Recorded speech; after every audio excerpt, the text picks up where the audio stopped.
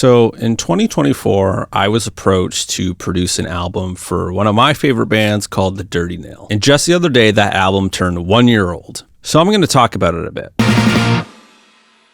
That album being The Lash by the Dirty Nil on Dine Alone Records. It came out on July 25th, 2025, and we recorded this record in January of 2024. For those of you who don't know me, my name is Vince Solivari, and I am a producer and mixer and recording engineer. I'm based out of Hamilton, Ontario, and I've been making records for over 10 years. Obviously, since you're watching this video, you know I've worked with the Dirty Nil, but I've also worked with a ton of other amazing bands, such as Mall Crimes, the Drew Thompson Foundation, Respire, Dealbreaker, Spirit Desire, Smug LLC, Pilea, and so many more. When I started making records 10 years ago, I started just like anybody else with a Scarlett and a bunch of SM57s recording in my parents' basement. So fast forward 10 years and I get asked to produce a record for one of my favorite bands that I've loved for as long as I've known them. I've been a fan of the Dirty Nil since like high school when I saw them on James Street play Supercrawl in like 2012 or something like that. And they're always a band that I looked up to that not only had great songs, but had such a presence on stage that for me as a fan of high-octane rock music, I was always drawn to. Through a matter of basically circumstance, I ended up becoming friends with these guys when I started playing in a hardcore band called Blue with one of my best friends, Ross Miller. At the time, Ross played bass in the Dirty Nil, and I was aware of that, but he put out this EP and he was looking for people to play with, and I was like, I like hardcore, let's play together. I played guitar in that band, and for a very brief period of time, Luke filled in on second guitar. And that's when we became friends and started to develop a friendship, bonding over things like Les Paul guitars and Ace Frehley. A few short years after that, during the pandemic, the Dirty Nil was shooting a live music video in a skate park, and they needed someone to record it and mix it. And Ross threw my name out there, and they hired me to engineer and mix that show. That was the first thing I ever did for the band, and it's one of my favorite things I've done for the band. You can check it out. I'll leave a link to it in the description. But that was the introduction to working with this band. And years after that, I would record their demos and pre-production sessions for future albums. I would mix a ton of live stuff for them. And when it came to music and recording, we always got along great. So when they invited me to lunch at Nabil's Shawarma in the fall of 2024, I honestly thought I was getting fired. Like, I had no idea why they were inviting me to lunch because I'd seen them a night prior because I recorded a live show of them playing a curling club in Dundas, which is a whole other story. And that's something that you'll hear very soon, I'm sure. But nonetheless, we enjoyed some Middle Eastern food, and they just popped the question, do you want to produce our next record? And in my head, I was just like, immediate imposter syndrome. I'd worked with a lot of bands prior to this, but I'd never worked with a band on their level. And for them specifically, they had made 4 killer LPs with John Goodmanson from Seattle. So in my brain as a fan of the band, I was like, oh, you're going to step in, you're going to fuck it all up. So yeah, I was a little bit nervous. Obviously, I wanted to do it, and I didn't want my anxiety and imposter syndrome to get in the way of me producing a record for one of my favorite bands. So immediately I said yes on the spot. And just a few months after, we headed into the studio to make the thing. The reason I talk about all this before I get into the mixing and production and all the ProTools stuff that goes into making a record, because my mindset really needed to change to make not only the best sounding record that I've made so far, but the best Dirty Nil record so far. When I was mixing their live stuff and I was recording their demos, my mind was always like, this band has an established fan base. I really don't want to ruffle any feathers. I don't want to change things too much. I don't want to present a sound that is too jarring or out there that's going to alienate their already existing fan base. But for these guys to choose me, when they've had almost a decade worth of experience working with a seasoned vet, a guy who I really respect, John Goodmanson, it was revealed to me very early on that they were making a choice to do things different. So for me to try and make things sound like they did on past records or look to past work for inspiration, I knew that that wasn't going to serve this record. They were looking for something fresh, and it was my responsibility to provide that. I remember talking about all these anxieties with Adam Tuchachki, who ended up mastering this record, and he gave me a very sound piece of advice. That advice being, don't treat this band any different than you would any other band. Just enter the situation trying to make the best sounding record that you can and serve the songs and serve the band in the way that you feel best fits the vibe of the record. He just reinforced that there was a reason that they wanted to do something new and work with someone new. They could have easily gone back to a successful, repeatable process that they've done for a bunch of records leading up to this point, but instead they asked me. So with that in mind, I headed into the production of this record without the mindset of, oh, this is the Dirty Nil, one of my favorite bands that are on Dine Alone Records that have toured the world. I rather walked into their jam space for pre-production being like, this is a band called the Dirty Nil that I just so happen to be working with right now. And although that feels impersonal, I think it was extremely important for me to work with this band and work on these songs with objectivity in mind. So now that we've hit the 1-year anniversary of the Lash being out in the world for people to enjoy, I want to give you a full production breakdown of the leading track on the record, Gallop of the Hounds. I want to talk about the philosophy behind the song. I want to talk about what gear we used to record it, but ultimately I want to talk about how I attacked the production and the mix. And above all else, I want to give the boy Leo his flowers for hounding his way through the intro track. And I'm going to show you exactly how we recorded Leo, Luke's dog, on this track. Before we dive into the production breakdown of the song, if you're in a rock band and you're looking to make a hard-hitting, energetic record, hit the link in the description and reach out to me, or follow me on Instagram and send me a message. Without further ado, let's head into Pro Tools and check out the production on Gallop of the Hounds by the Dirty Nil. So momentarily, we're going to get into the full production deconstruction of Gallop of the Hounds, but before we do that, I just want to get into some of the gear and some of the techniques that we used to record the song. So first off, we recorded this record at Boxcar Sound Recording in Hamilton, Ontario.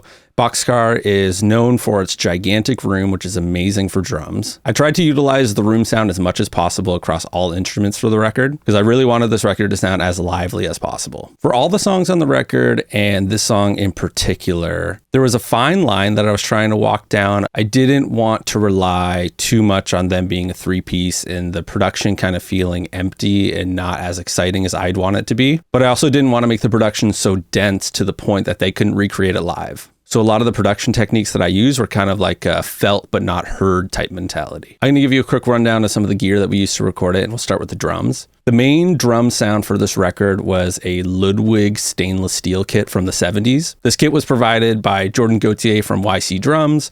Jordan and YC drum teched for this entire record. And it was amazing to have Jordan part of the process, because not only did he provide a ton of great gear, but it seemed like he had a great understanding of the songs. And if he'd hear a sound, he'd be like, hey, let's switch out the snare, or maybe have a better ride for this part. He would just go in and change pieces of the kit on the fly. And it was great to kind of have a unique sound for each song. For this song in particular, I'm pretty sure we used the Tama Bell brass snare, which I'm not one to be like, oh, you have to have this piece of gear or else you can't get the sound. But like the Tama Bell brass is really like worth the hype. If you're looking for another great sound that's maybe comparable but more affordable, the Black Beauty is great by Ludwig. The Ludwig Superphonic is great. Gretsch makes some really great steel snares, but a lot of the drum sound really comes from Kyle and his performance on this record. Kyle's a super hard hitter, but I think the most important factor of his playing is that he's very calculated about when to show off and when to lay back and serve the song. Gallop of the Hounds is a really good example of that, but another part of the drums in this song that's really unique is that in the bridge section, we kind of get taken to a different world sonically, and we ended up changing the kit almost entirely.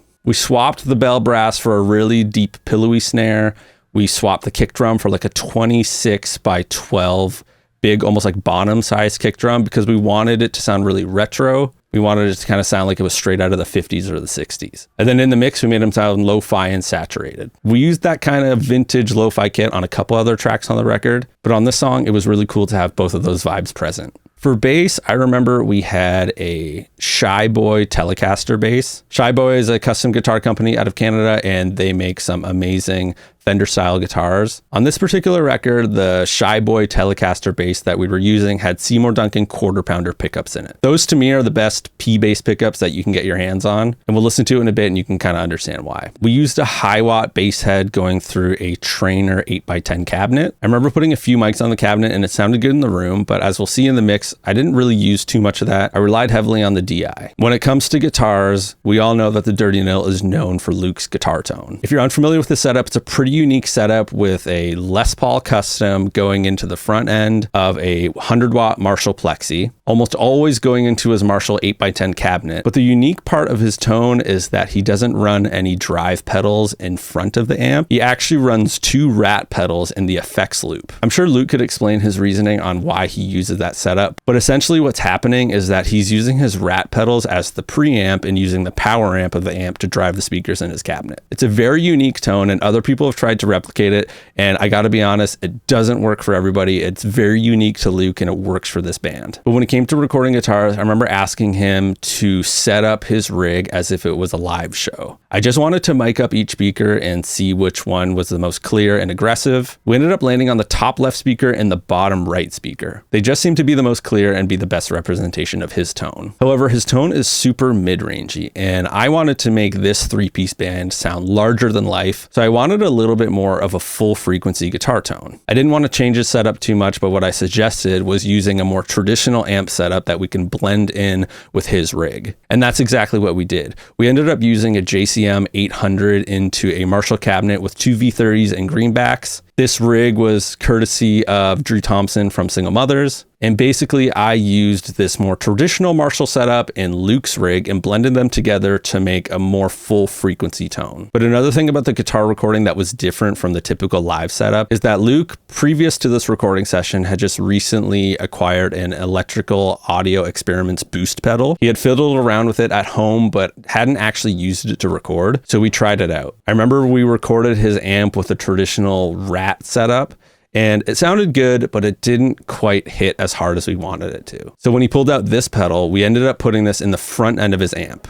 But what this pedal did was add upwards of 25 dB of boost into the front of his plexi. It just completely saturated the sound. And in the live room, his amp was like the volume of a jet engine. It was crazy. But it just gave us a unique and aggressive sound that made it across the entire record. The cool thing about this pedal is that there was a little bit of filtering and EQ processing that we can do. So it wasn't just all frequencies boosted into the front of the amp. We kind of focused on the mid-range and the highs to retain a lot of the clarity. And that clarity is super important, especially on the song like this, because the guitar work is actually pretty intricate. So not just power chords, there's a lot of movement, and I wanted to make sure that we captured that. Another unique guitar amp that we used on this that I don't think the band had ever used to record before was an Ampeg VT22 combo amp. This amp is a pretty clean amp with a lot of headroom. Instead of trying to get the clean tones out of the big rig, we usually deferred to this amp for most of the clean tones on the record. I honestly don't think we used anything too unique in the front end of this amp, maybe just a simple reverb pedal, but I feel like it was a really nice round tone, but it still had a lot of clarity to it. When we track guitars, for 90% of the record, Luke used his classic Les Paul Custom from the 70s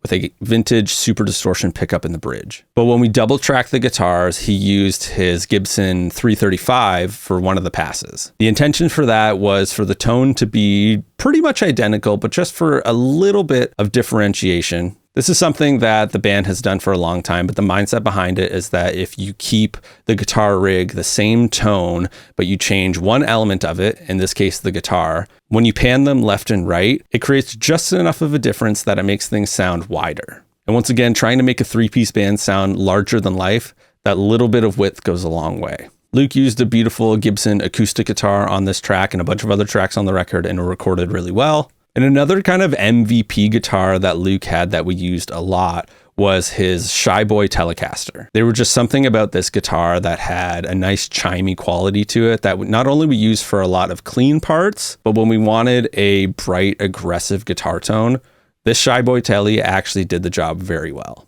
It didn't make it on this song, but for one of the songs on the record, we had a 1950s gold top Gibson Les Paul. There's just something about playing a guitar that's like older than your parents that just feels really cool. It might have just been placebo, but it was really fun to use. There's a few other unique things that we did across the record, like recording some string instruments and some unique percussion, which we'll hear in the bridge of this song. But by far, in my opinion, the coolest thing that we did across this record was record Luke's dog Leo for the intro of this song. Leo is the true MVP of the Lash. We couldn't have done it without him. Leo is such a star and professional in the studio that honestly, I'm so honored to have him on this record. And I'm honestly shocked that his booking agent even answered our email. So without further ado, let's get into the production deconstruction of this track. It's just important to clarify that this is a production deconstruction.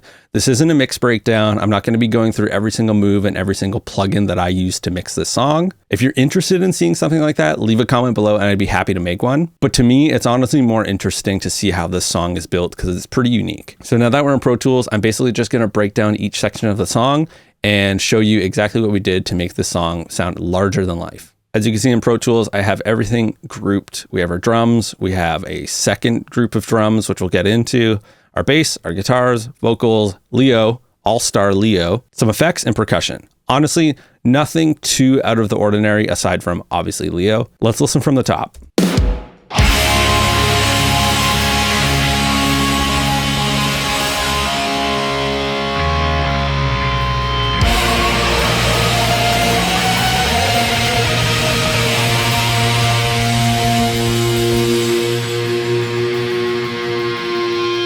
So let's see what's going on there. Although this is the beginning of the song and the intro to the whole record, this part was actually recorded after we finished the song. This is a classic kind of Dirty Nil opening to their live set that they've done over the years. And when we were doing pre-production in their jam space, they kind of just felt this out and looked at each other to know when to start, when to stop, when to do the second shot. And trying to map it out to a click kind of just felt unnatural. So what we did is we recorded the whole song and then in blank space on the timeline, just got them to perform this live off the floor in the live room and kind of just pick the take that felt the best and then just move it over to the beginning of the song. And obviously another part of what makes this intro so fun is the introduction of Leo, the hound in question. As you can see here, there are a lot of tracks in this Leo folder. And essentially what we wanted to do was make this sound like a wild pack of dogs. And according to Luke, the best way to get that sound out of him was to get out Leo's favorite fuzzy chicken toy. He just went absolutely feral over this thing. I just set up like a 414 in the live room and basically just kind of followed Leo around as he was tearing this chicken toy to shreds.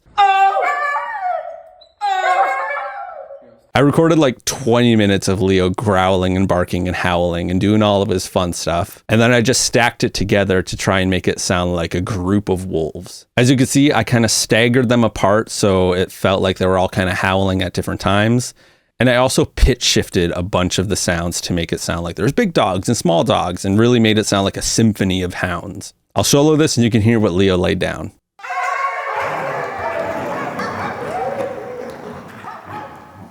I promise you, Leo is a sweet boy. He is not a monster, but he definitely played this character well, and it was so cool to have him in the studio. So when we look at the guitars, there are a lot of tracks here, and this is basically 2 mics on Luke's rig, 2 mics on the Marshall rig, and a DI in which I put an amp sim on just to give it a little bit more weight. I also threw up a room mic, which I fed in every once in a while for some ambience, depending on the part, and I can kind of show you where that makes a little bit of an appearance. So let's listen to this guitar strike on its own.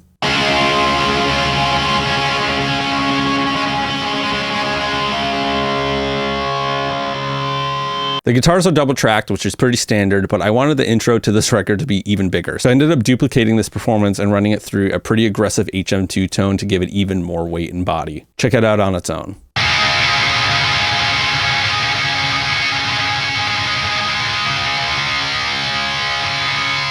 Sounds like a bunch of bumblebees on its own, I know, but I'm gonna A-B it to the main guitar tone so you can see what kind of energy it's adding.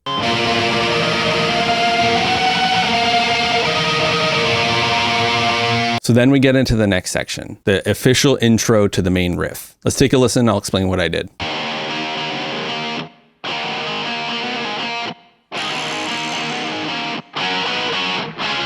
Also, shout out to Kyle for doing the crazy train ba ba ba ba ba ba ba instrument on there. So this is pretty simple. I just took the main riff and for each repetition, I panned one left, one right, and I just kind of wanted to make it sound almost like a ping pong just to make it a little bit more dynamic and engaging. And then it all comes together as stereo left and rights by the end of it. But if you listen closely, you can hear that those room mics are piped in there to give it a little bit of ambience.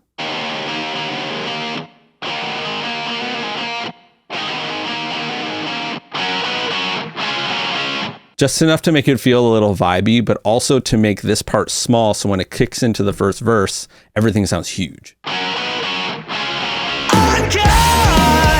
So the verse is where you start to hear everything together for the first time. Let's take a listen to a bit of it. So this riff is really rhythmic and syncopated, and the drums and bass kind of follow that rhythm throughout the entire verse section. When I was trying to sculpt the drum sound for this record, but particularly this song, a reference that the band was throwing around a lot was the Jesus Lizard. So there was a lot of like Steve Albini, really airy, roomy drums that were a big inspiration to get the sound on this. Let's listen to the drums on their own and you can hear the amount of room that's part of the overall drum sound. And just to show you how much the rooms and reverbs are really carrying the sound, here's that same drum passage, but with no ambience. And here's the drums with all the ambience intact. To really show you how tight the rhythm section is in this part, let's listen to the bass and drums together.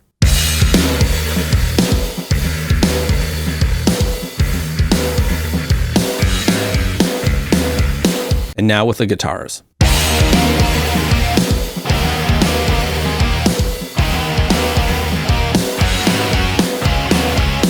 I really wanted to make sure that the sustain of the drums were really shining through every single pause in that guitar riff.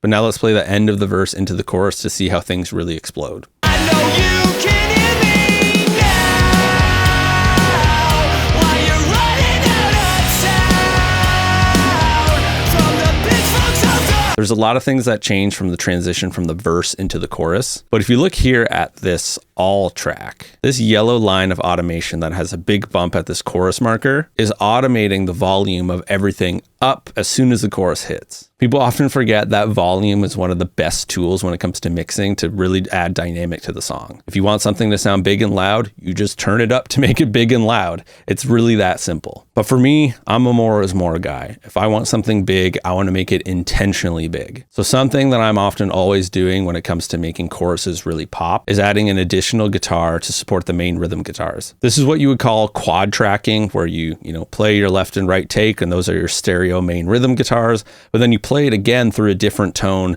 that's going to support those main rhythm guitars to give it an added weight and texture. So let's listen to these additional guitars on their own.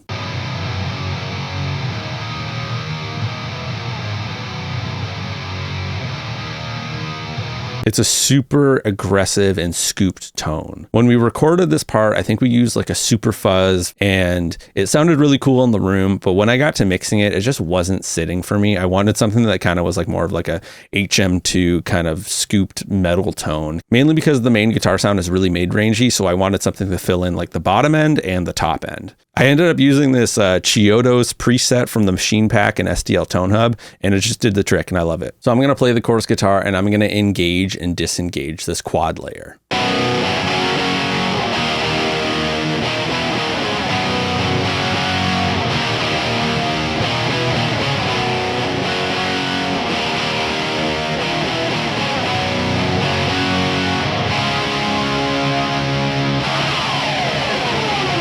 And let's listen to how it functions in the context of the mix.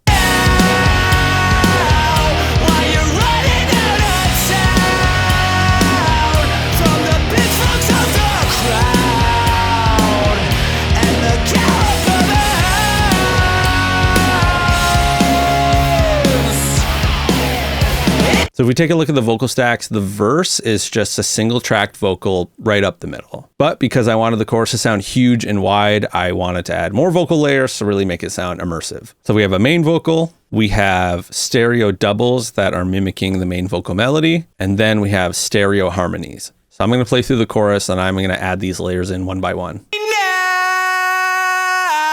while you're running out of town from the pitchforks of the crowd and the gallop of the hounds. And as always, I have a tambourine loop going through the chorus, which is almost mandatory at this point.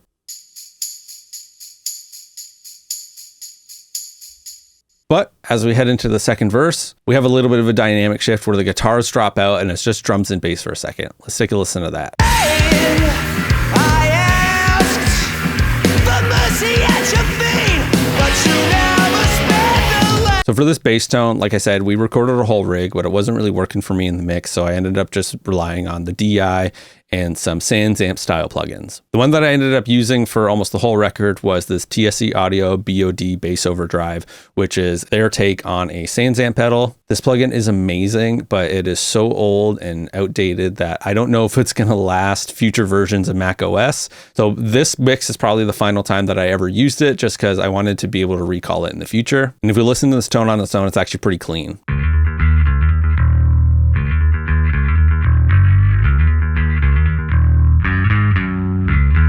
Clean is good for clarity and around low end, but it didn't have enough excitement for this part particularly. So I duplicated this track with the same SansAmp tone, but I added this Nembrini Audio Rat style plugin to give it a lot of grit for this section where it's only bass and drums. And the great thing about recording through the rig, even though I didn't really use it, is that we threw up a room mic for ambience, which was really important in a section like this so it didn't sound so dry.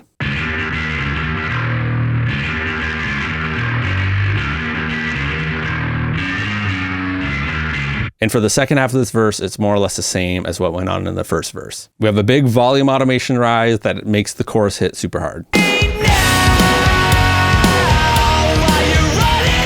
So this is where the song gets super interesting. For this bridge section, it's a totally different vibe. Like I said before, the intention of this section was to make it sound kind of vintage and retro, like it was straight out of the 50s and 60s. So it became apparent to me early on that using the big rock drums and the big guitar rig was not really going to bring this back into a different time. It was just going to sound like a modern rock band doing a take on a 50s style song. I didn't want that. I really wanted it to sound like a totally different world. So one of the key things we did for this section was completely change the drum kit. Like I said before, for this section, we had like this big 26 by 12 kick drum. We deadened the toms. We had a really pillowy snare. I didn't do a lot of like mixing or processing to these drums, but all I really did was add some saturation plugins to make it sound lo-fi, and I added some filters to kind of make it sound like a radio. I had a conversation with Adam, who mastered the record, about this song because I was struggling with the mix for it at a certain point, and he came up with the idea of like, hey, if you want to make it sound retro, you should really lean into it. Pan the drums to the left and pan the bass to the right, because that's how retro 4-track recordings sounded when they were adapted to stereo. That's going to be like a big production swing that's going to make people's ears perk up. So I was like, all right, I'm going to do it. I'm going to try that. So thank you, Adam, for this idea. So take a listen to the drums and you'll notice that they are panned.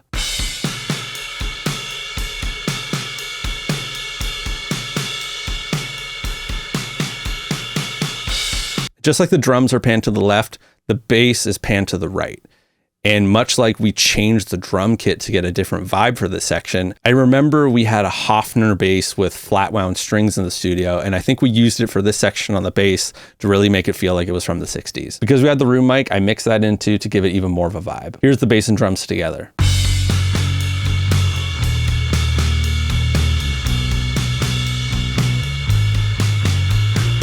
And for the guitars in this section, we use the big rig and we use the small combo amp for two different purposes, and I'll show you exactly what they do. For the main guitar chords, we played through the big rig, but we turned the volume down on the guitar so the tone was a little bit on the edge of breakup and less saturated.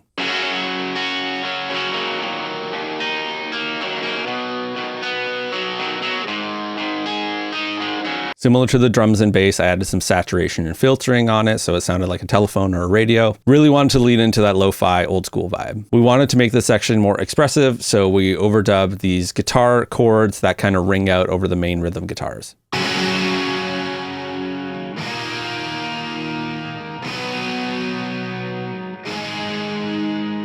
Then we added some acoustic guitars so we had a little bit of shimmer and sparkle on top of everything.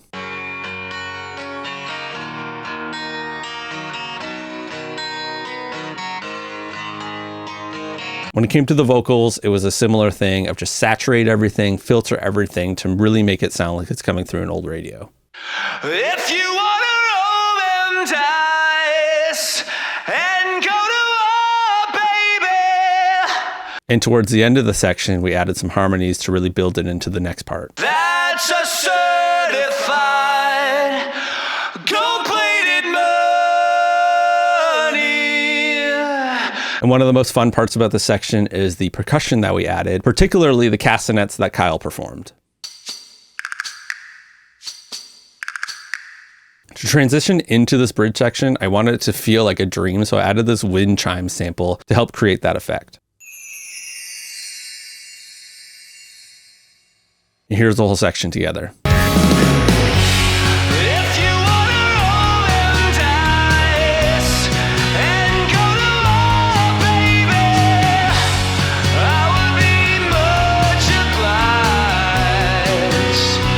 After all, it's gonna wreck us both in teeth, but it's gonna hurt you more than me. That's a promise. So much like transitioning into this part, we have to figure out an artful way to transition out of this part. How do you get from the super lo-fi, gentle bridge into the heaviest section of the song? The first part was to figure out how to transition the dead drums into the big rock drums. So there's a part in the bridge in which it starts to build into this big crescendo. So I decided that it would be a good idea to make that transition here. Something about this big fill made it kind of obvious that if there was going to be a transition from one drum sound to another, that would be a good place to do it.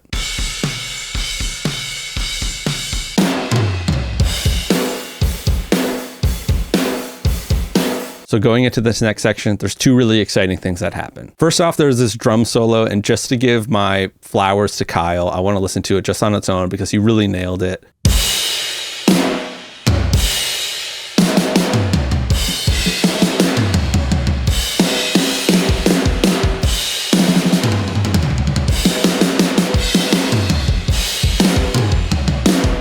There's a ton of great Kyle moments on this record, but this one is particularly special. To build some extra intensity into this part, I put this riser sample leading to a big drop.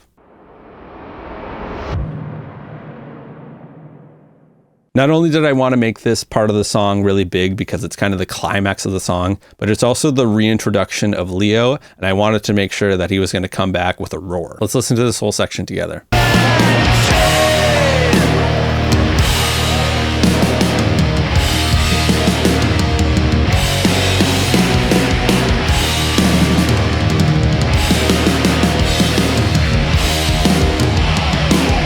So now we're at this big pause and there's a real intimate vocal that's super buried and lo-fi to really make the dynamic shift between this part and the next as big as possible. I know you can hear me.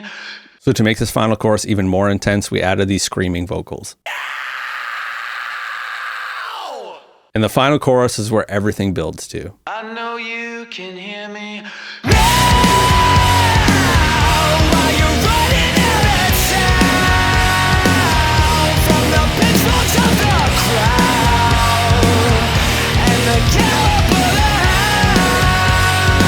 And there's this little slice of feedback going into the outro.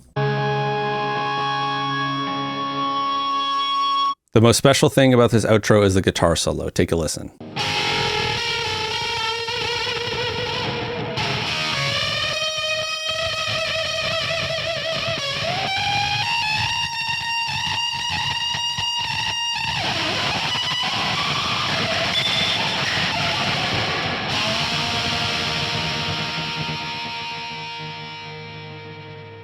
And let's listen to this outro section all together.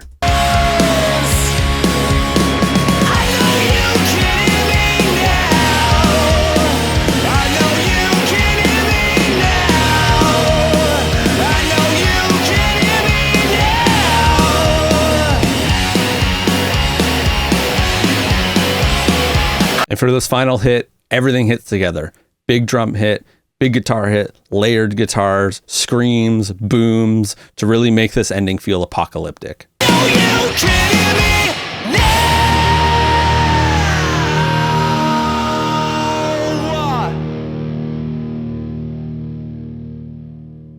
So there you have it. That's the full production breakdown of Gallop of the Hounds by the Dirty Nil. Happy 1-year anniversary to the Lash. Thank you so much, Dirty Nil, for having me on board to produce, record, and mix this record. Thank you, Boxcar Sound Recording, for letting us record this entire record there. Thank you to Adam Sachaki for mastering this record. He did an excellent job. And thank all of you for watching this video and listening to this record. Before we go, if you're in a rock band and you're looking for a producer to make a hard-hitting, energetic rock record, not dissimilar to the Lash, hit the link in my bio or reach out to me via Instagram.